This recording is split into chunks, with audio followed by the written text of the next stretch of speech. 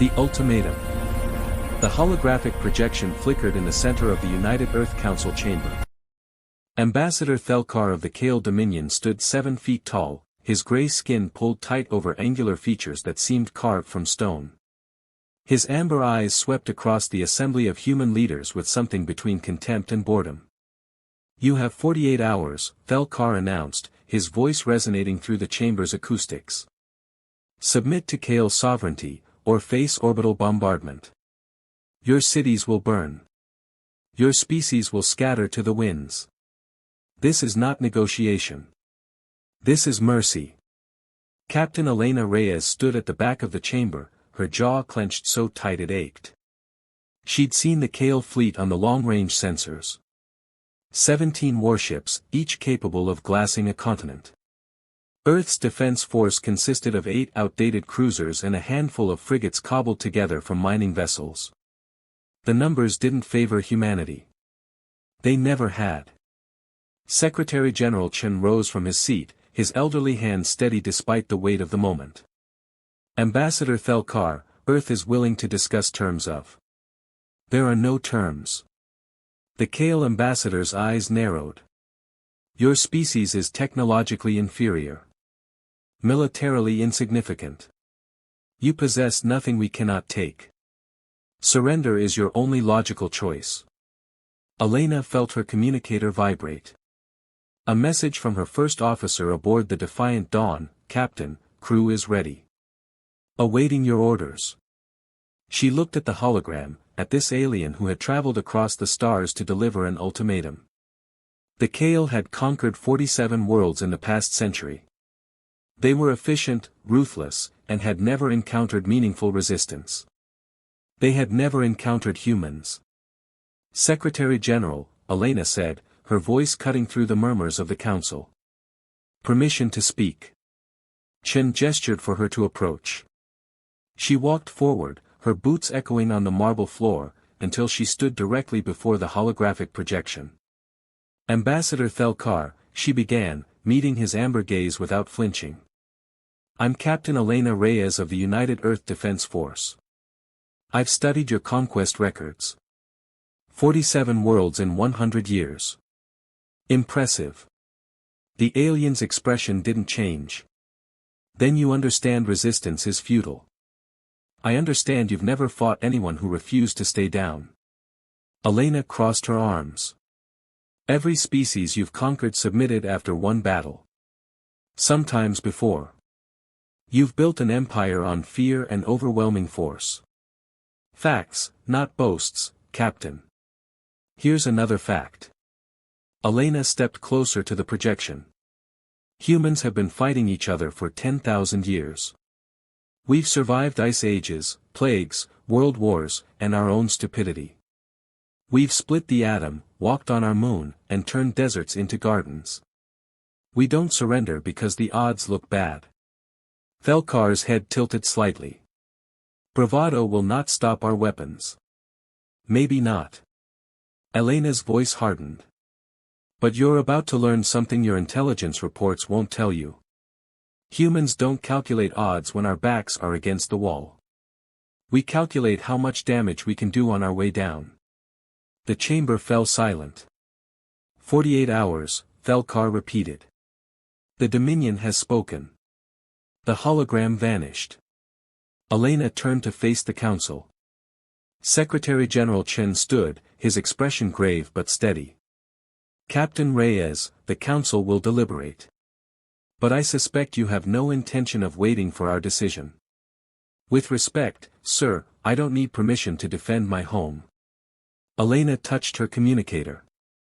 "Commander Nash, prep the Defiant Dawn for immediate departure. Full combat loadout." "Captain," Chen said quietly, 8 ships against 17. "Even you must see. I see humans who need time to evacuate the coastal cities. I see families who deserve a chance to reach the bunkers." Elena met his eyes. "And I see an enemy who thinks we're just another species that'll roll over. Give me 12 hours, sir. We'll show them what happens when humans refuse to kneel." Chen nodded slowly. "You have your 12 hours, Captain." Make them count. Elena saluted and strode toward the exit. Behind her, she heard council members erupting into argument, some calling for immediate surrender, others for a desperate defense. She didn't have time for politics. The Defiant Dawn waited in high orbit, her crew of 200 souls ready to buy Earth the time it needed. As Elena boarded the shuttle that would take her to her ship, she looked back at the planet below, blue and green and impossibly fragile. The Kale thought humanity would break. They were about to learn their first lesson about human nature: when you back someone into a corner with nothing left to lose, you don't get surrender. You get fury. The line. The bridge of the Defiant Dawn hummed with controlled chaos. 7 other Earth vessels held formation around Elena's flagship, a pathetic defensive line against the Kale armada that emerged from slipspace 3 million kilometers away. 17 confirmed contacts, Lieutenant Morrison reported from Tactical. They're not even trying to hide their numbers. Elena studied the holographic display. The Kale warships moved with mechanical precision, forming a crescent pattern designed to envelop Earth's defenders. It was textbook military doctrine: surround, overwhelm, destroy. Commander Nash, status on the evacuation. Elena kept her voice steady. Her first officer checked his console. Coastal cities are at 40%. They need another 8 hours minimum. 8 hours. Elena had promised 12, but the Kale had arrived 4 hours early. Captain, Morrison said quietly, they're hailing us. Put it through. Thelkar's face appeared on the main screen, his expression unchanged from their earlier encounter. Captain Reyes. Your defensive formation is admirable but meaningless. Stand down, and your crews will be granted prisoner status. Counteroffer, Elena replied. Turn around, and you'll live to conquer someone else. For the first time, something flickered across the alien's face. Amusement, perhaps. You command 8 vessels against our 17. Your shields are inferior. Your weapons outdated. This is mathematics, Captain, not courage. You're right about one thing. Elena leaned forward. It's not about courage. It's about spite. She cut the transmission and turned to her crew. All ships, this is Reyes. They think we're going to fight by their rules. Standard formations, calculated exchanges, predictable tactics. She smiled grimly. They've never fought humans before. Let's educate them. What are your orders, Captain? Nash asked. Tell the Iron Will and Perseverance to fall back like they're retreating. Make it look panicked. The Kale will push forward to exploit the gap. Elena's fingers danced across her command console. The moment they commit, we collapse the formation and ram the lead ships. Morrison's eyes widened. Ram them? Captain, that's insane. Desperate. Exactly what they won't expect. Elena met his gaze. The Kale have fought civilized wars for a century. They don't understand species that fight dirty. Load every missile tube. Prepare collision protocols. And someone find me the mining charges we confiscated from the belt. The crew moved with purpose. Elena watched the tactical display as the Iron Will and Perseverance began their feigned retreat, their drives flickering as if damaged. The Kale formation shifted, 4 warships breaking from the crescent to pursue. They're taking the bait, Nash reported. Wait for it, Elena murmured. The Kale ships accelerated, confidence in their superior speed evident in their aggressive approach. They expected Earth's vessels to keep running, to eventually turn and fight a hopeless defensive battle. They didn't expect humans to stop running and start charging. Now. Elena commanded. All ships, full burn. Target their lead vessel. The Defiant Dawn and 5 other ships spun on their axes and fired their main drives at maximum thrust. They hurtled toward the advancing Kale warships like bullets fired from a gun. Captain, collision in 40 seconds. Morrison shouted. Missile away. Elena ordered. Every tube, every ship. Space erupted with fire. Dozens of missiles streaked toward the Kale formation, not aimed with precision but saturating the space with explosives. The Kale point defense systems lit up, destroying most of the missiles, but their attention focused forward. They didn't see the mining charges that the Perseverance had released behind them during its retreat, still drifting on their original trajectory. Detonate charges. Elena commanded. The space behind the Kale advance ships exploded. The mining charges, designed to crack asteroids, tore into the warship's rear shields. Alarms blared across 4 Kale vessels simultaneously. Their rear shields are down. Morrison reported, disbelief in his voice. Forward batteries, concentrated fire. Elena gripped her command chair. Make them pay for underestimating us. The Earth Fleet's rail guns opened fire, kinetic rounds slamming into exposed Kale hulls. 2 alien ships shuddered under the impact, their armor buckling. One began venting atmosphere. But the victory lasted only seconds. The remaining Kale ships recovered quickly, their superior weapon systems tracking the human vessels. Energy beams lanced through space, catching the Iron Will amidships. The Earth cruiser's shields flared and died. Secondary explosions rippled across her hull. Iron Will is hit. Nash called out. They're evacuating to pods. Elena's jaw clenched. All ships, evasive pattern Delta. Don't give them a clean shot. The Defiant Dawn rolled and dove, her crew pressed into their stations by the violent maneuvers. Energy beams passed within meters, close enough that Elena could see their glow reflected on the bridge windows. Captain, the Kale are reforming, Morrison said. They're adapting to our tactics. Of course they were. The Kale hadn't conquered 47 worlds by being stupid. They'd been surprised once. It wouldn't happen again. But Elena wasn't finished. Tactical, how many missiles do we have left? 16, Captain. Load them all. Set them for proximity detonation, but don't arm the warheads. Nash turned to look at her. Captain. Just missiles, casings and fuel, Elena explained. We're going to create a debris field between us and them. Force them to slow down, navigate carefully. She pulled up a navigation chart. Meanwhile, we burn hard for the lunar manufacturing facility. Those old defensive satellites might be outdated, but they still have nuclear warheads. Understanding dawned on Nash's face. We're going to use 40-year-old weapons. We're going to use everything. Elena opened a fleet-wide channel. All ships, this is Reyes. We've bought Earth 3 hours. Every minute we hold costs them ships and time. Our people are reaching the shelters. Our children are getting to safety. That's what we're fighting for. Not victory. Time. So let's sell our lives as expensively as possible. Responses came back from 6 remaining ships, voices steady despite the odds. Perseverance, acknowledged.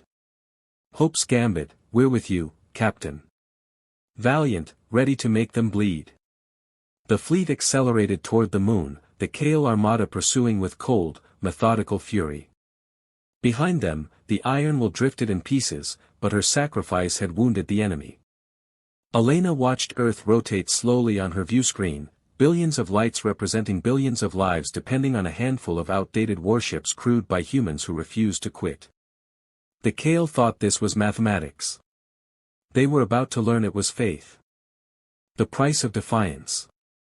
The lunar surface filled Elena's viewscreen as the Defiant Dawn limped toward the ancient defense grid.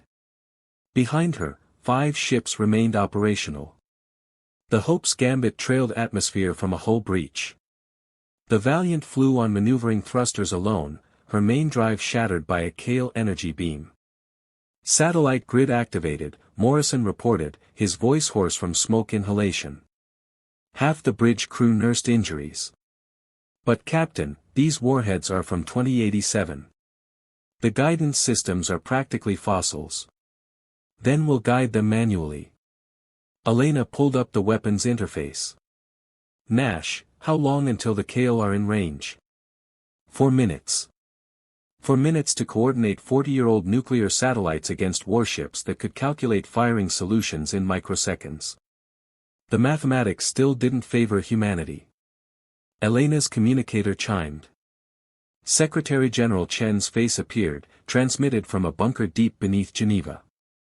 Captain Reyes, evacuation is at 86%. You've given us more time than we dared hope for. How much more do you need, sir? 2 hours to reach 98%. Chen's expression was heavy with the weight of what he was asking. Can you? We'll hold. Elena cut him off gently. Get our people to safety. That's all that matters. She closed the channel before he could respond. There was nothing left to say. Captain, the Kale are hailing again, Morrison said. Elena almost laughed. They never give up, do they? Put him through. Thelkar's face appeared, but something had changed. His amber eyes held calculation rather than contempt. Captain Reyes, you have fought with remarkable ferocity. The Dominion acknowledges this. Surrender now, and Earth will be granted autonomous status within our empire. Your species will be spared. It was the first time the Kale had offered terms that weren't absolute submission. Elena studied the alien's face. You're offering mercy because we hurt you. How many ships have you lost, Ambassador? Thelkar's silence was answer enough. Let me tell you what's going to happen, Elena continued. We're not going to surrender. We're going to fight you with everything we have left. Some of us will die. Maybe all of us. But we'll damage your fleet so badly that the next species you threaten will see the recordings and know the truth. What truth? Thelkar asked. That the mighty Kale Dominion can be beaten by inferior technology and sheer human stubbornness. Elena smiled without humor. We're not fighting to win anymore, Ambassador. We're fighting to become your cautionary tale. She terminated the connection. All ships, Elena broadcast, the Kale are offering surrender terms. Anyone who wants to take them, I won't judge. You've already gone beyond the call of duty. The responses came back immediately, every captain speaking almost in unison. Negative, defiant dawn. We didn't come this far to quit now. Let's finish this, Captain. Elena felt something tight in her chest loosen. Then let's make it count. Tactical, link every satellite to manual control. I want them all in our hands. When the Kale enter weapons range, we fire everything at once. The Kale fleet approached with renewed caution. They'd learned to respect human unpredictability. Their formation was tighter now, point defense systems on maximum alert, shields overlapping to cover vulnerabilities. Range in 60 seconds, Morrison counted down. Elena's hands moved across her console, targeting solutions flowing through her mind faster than the ancient computers could calculate. She didn't need perfect accuracy. She needed overwhelming chaos. 30 seconds. The crew fell silent, every eye on their stations, every hand steady despite the fear they must have felt. 10 seconds. Elena thought of Earth spinning below, of children being carried into shelters by parents who believed humanity would survive this night. She thought of the Kale Empire, vast and ancient, that had never encountered a species this stubborn. Fire. 40 nuclear warheads launched simultaneously from the lunar surface. Outdated, slow, and beautiful in their simplicity. The Kale point defense systems lit up space, destroying warhead after warhead with clinical efficiency. But not all of them. 3 nukes slipped through, detonating against Kale shields. The electromagnetic pulses cascaded across overlapping defensive fields, creating feedback loops the aliens hadn't anticipated.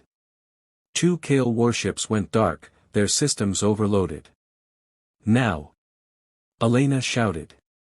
All ships, concentrate fire on the disabled vessels. The human fleet, battered and broken, unleashed everything they had left. Rail guns fired until their barrels glowed red. Missiles streaked from damaged tubes.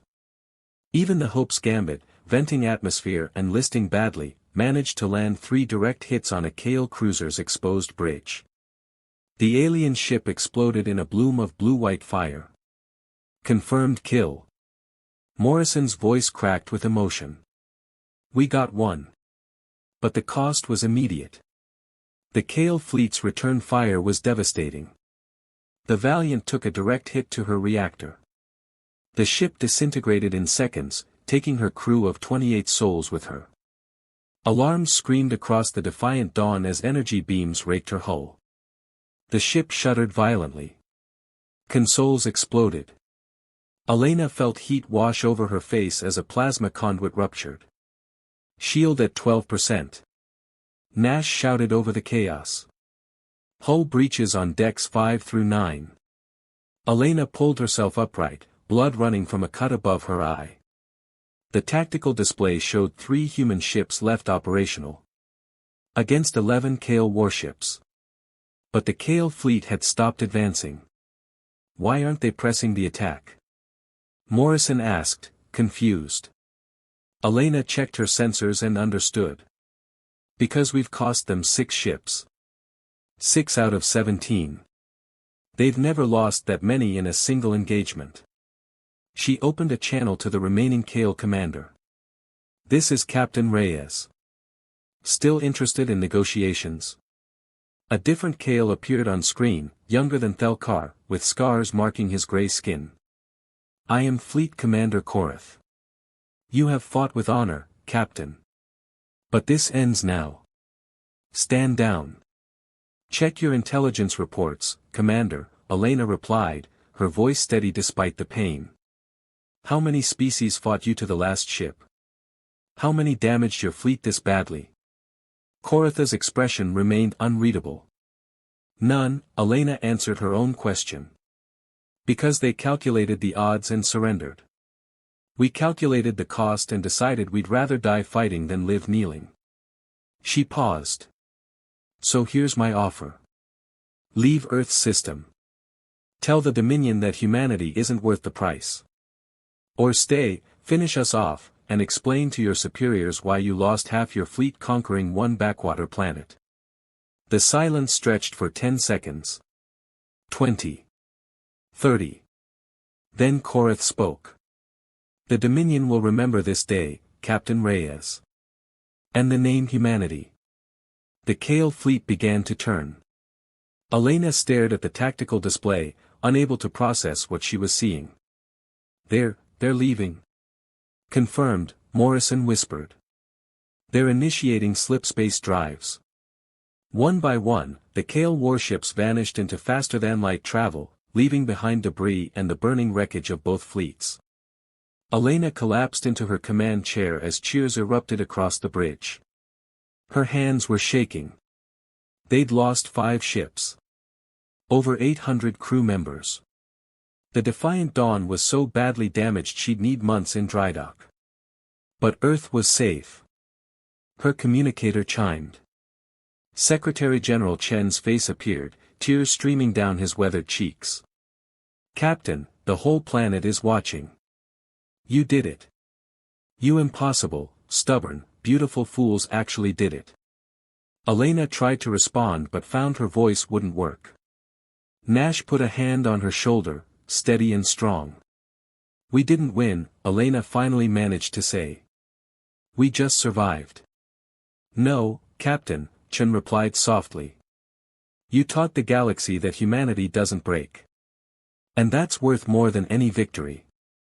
Elena looked at Earth on her view screen, the blue planet that had given birth to a species too stubborn to accept defeat. Somewhere down there, families were emerging from shelters. Children were looking up at the stars where humans had just redefined what was possible. The Kale would remember this day. The galaxy would learn what it meant to challenge humans. And somewhere, in the cold mathematics of military planning, every species considering Earth would now factor in something that couldn't be calculated or predicted. Human defiance. The bridge crew began damage control procedures. Emergency repairs. Casualty reports. All the grim arithmetic of survival. But beneath the exhaustion and pain, Elena felt something she hadn't expected to feel again. Hope. Because humanity had learned something too. When the impossible stood before them, when the mathematics said they should fail, when any logical species would surrender, humans refused to kneel. And that made all the difference.